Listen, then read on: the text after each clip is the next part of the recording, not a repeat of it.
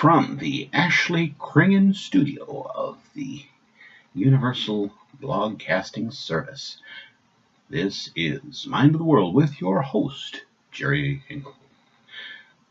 What could I tell you a few stories about that dude? Wait a minute, that's me. Well, guess what is on the Mind of the World for July 6th, 2015? Well, the usual stuff. The situation in Greece, the situation in South Carolina, the situation with, there's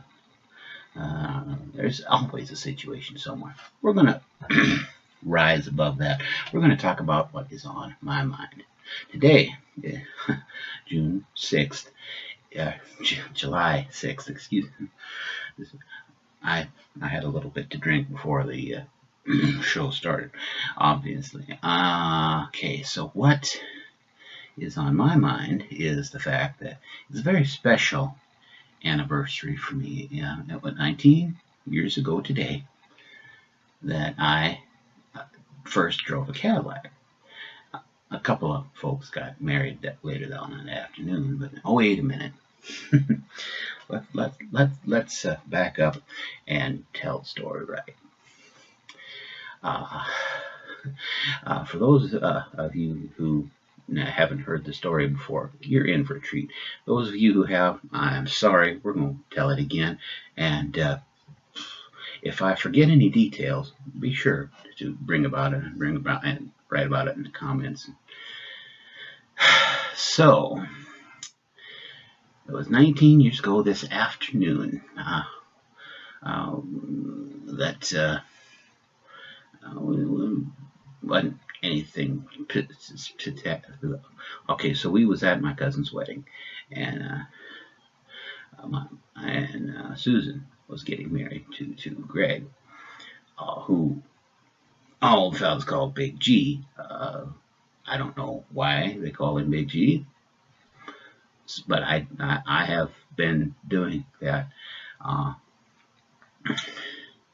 semi-regularly since they have, because I don't like to be left out of stuff. Anyhow, so Big G, he being the groom and all, he had a lot to take care of on his end of the deal, making sure that everything was smooth transition, but one thing that he rented a Cadillac. He could do that, though. He was making good money back then, and he probably still is. Who knows? But anyhow, he rented a Cadillac, first class gentleman all the way. And but the thing of it is, he needed to fill it up, but he had obligations. He didn't want to get out to church and do all that. People might talk, small town. We were in Forest City, Iowa at the time, a very small town, about twice the size of Holabird, and it's a very small town. And actually, it's about the size of Miller. Twice the size of Miller, because it's like 4,000 people. It's which is a booming metropolis compared to Holabird, now that I think of it. Anyhow, still, small town gossip abounds. So, of course, I just happened by, and, he was over a barrel, pretty much. It was me or nobody, because I was. So he gave me a $20 bill, and I only had one job, and that was to safely navigate his Cadillac to a fuel station, which was hard enough to find. I didn't know my way around Forest City, but it cost me $21 to fill up the car. Doesn't matter, he paid for most of it, and and of course that extra dollar, that's just my contribution, because I'm a generous sort of fella. I got that from my granddad. And so I drove to the station, drove back to church in approximately the same location that it was parked in. His Cadillac was easy to find. It was the only one in the parking lot.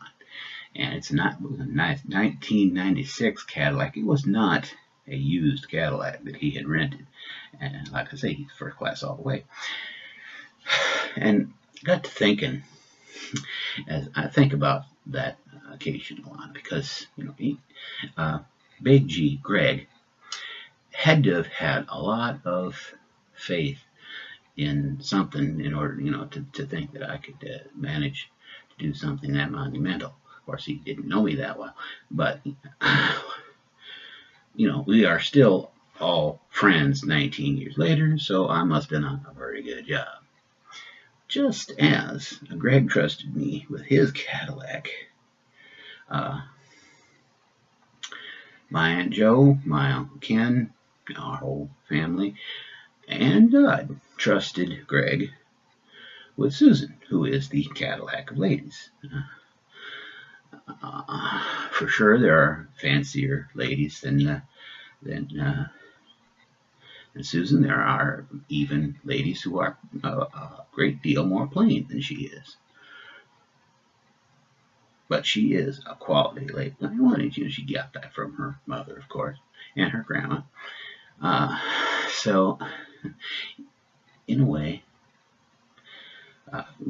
Greg, like I said, he had the rental Cadillac, which is probably why he trusted me. It was just a rental, so that's, but, and when you think about it, this is just he's rented this Cadillac for 19 years, and he hopefully continues on with that.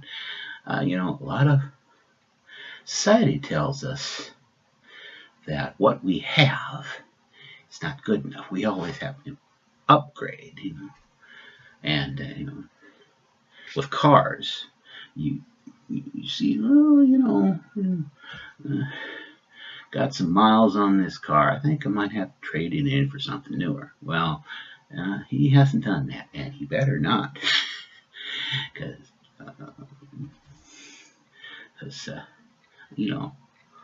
if something works, you got to keep it. That's the way it is with the Hinkle family, and that is the way it is with my mother's side of the family, the Gehring family. Although it's not always the case with the Gehring family, but that's neither here nor there. The fact of the matter is, Greg has been doing a wonderful job, and if he's not doing a wonderful job, I haven't heard about it. So, but every time I see Susan, she's happy. That's okay. That's the way it should be. And anybody that can make any man that can make a woman happy, they got to have something on the ball there. Because that's something that,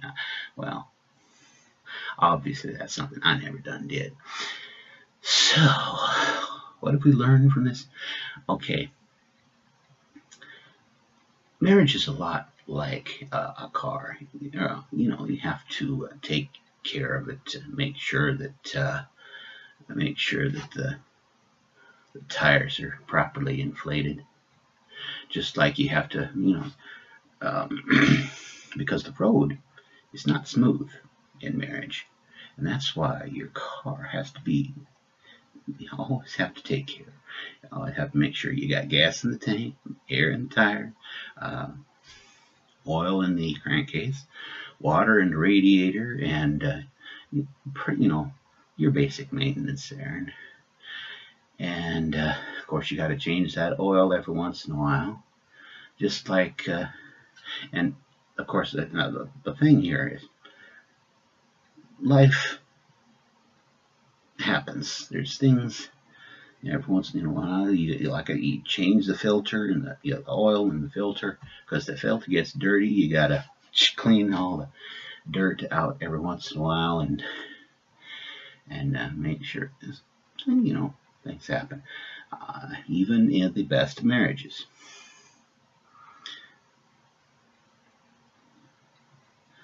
And hopefully Big G keeps this particular Cadillac in the form of my cousin Susan for many, many years to come. You know, her parents, my Aunt Joe and Uncle Ken, they've been married for 51 years. So 51 from 19, they got a ways to go. But, you know, they can do it. You just take faith in God and faith in each other. Pretty much any marriage is possible. And a lesser man would parlay this into a political discussion on gay marriage, but I'm not going to do that. I'm just going to let Big G and Susan, Mrs. G, have their moment and say a happy anniversary to Greg and Susan. And to the rest of you, I say that's what's on the mind of my world. And so until next time, God be with you and do the best you can.